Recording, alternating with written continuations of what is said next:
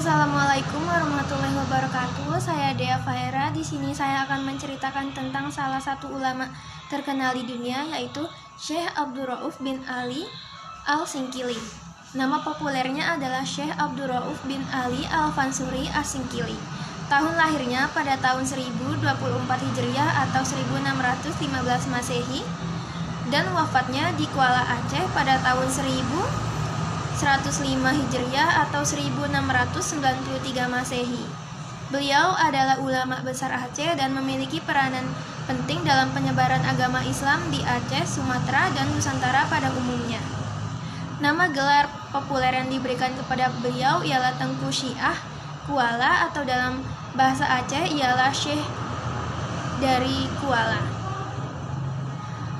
Adapun nama lengkapnya ialah Aminuddin Abdurrauf bin Ali Al-Jawi Sumal Fansuri As-Singkili.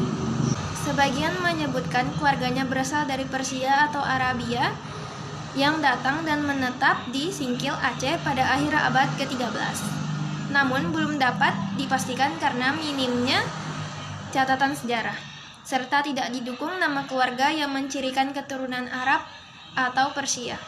Beberapa ahli berpendapat beliau merupakan putra asli pribumi beretnis Minang, pesisir di Singkil yang telah menganut agama Islam pada masa itu. Pendapat lain mengatakan berasal dari etnis Batak yang beragama Islam dan tidak diketahui lagi marganya. Pada masa mudanya, Syekh Abdurrauf belajar kepada ayahnya sendiri, lalu kemudian ia belajar kepada ulama besar di Fansur, Banda Aceh. Lalu kemudian ia pergi untuk menunaikan ibadah haji, dan pada proses lawatannya ia belajar kepada ulama-ulama besar di Timur Tengah. Teladan yang dapat dicontoh dari Syekh Abdurrauf bin Ali Al-Fansuri As-Singkili ialah diperkirakan beliau kembali ke Aceh pada tahun 1803 Hijriah atau 1662 Masehi. Beliau mengajarkan serta mengembangkan tarekat syatariah yang diperolehnya. Banyak murid yang berguru kepadanya dan berasal dari Aceh, Sumatera, dan Nusantara pada umumnya.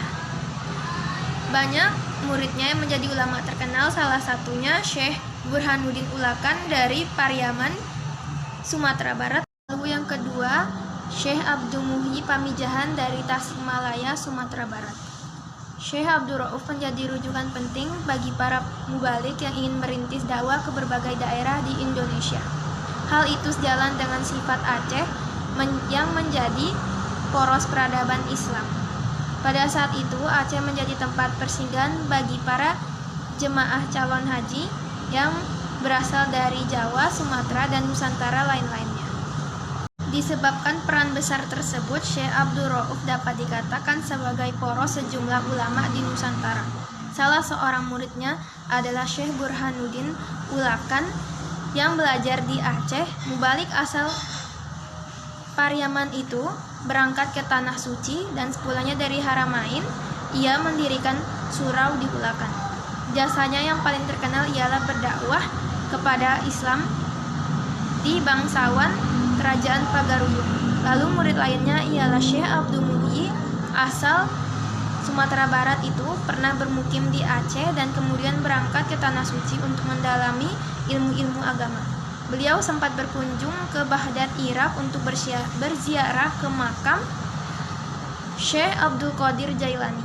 Sepulangnya dari rihlah keilmuan itu, Abdul Muhyi menyebarkan dakwah Islam serta tarekat syatariah yang diperolehnya dari Syekh Abdurrauf. Karya tulis dari Syekh Abdurrauf yang pertama ialah Mirat Al-Tulab fi Tashil Mawais Al-Ba'di Rifat Al-Ahkam Al-Syariyah Lil Malik Al-Wahhab, yang berisi tentang bidang fiqh atau hukum Islam yang ditulis atas permintaan dari Sultanah Safiyatuddin. Lalu yang kedua ialah Tarjuman Al-Mustafid, yaitu merupakan naskah pertama tafsiran Al-Quran lengkap yang berbahasa Melayu. Lalu yang ketiga ialah terjemahan hadis Arba'in karya Imam Al-Nawawi yang ditulis atas permintaan dari Sultanah Zakiyatuddin. Lalu karya yang keempat ialah Mawais Al-Ba'di yang berisi tentang naskah pembinaan akhlak. Karya yang kelima ialah Tanbih Al-Masyi yang berisi naskah tasawuf yang memuat pengajaran tentang martabat ketujuh. Karya yang keenam, Kifayat Al-Muhtajin Itamasyiroh Al-Muwahhidin Al-Qalibin bin Wahdatil Wujud, memuat tentang konsep wahdatul wujud. Daqaiq Al-Huf, pengajaran mengenai tasawuf dan ilmu kolam atau akidah. Karya besar Syekh Abdul Rauf adalah Tarjuman. Itulah terjemahan dari tafsir Al-Quran yang berbahasa Melayu. Karya tersebut banyak dipengaruhi oleh Abdullah bin Umar bin Syalrazi Al-Ba'dawi.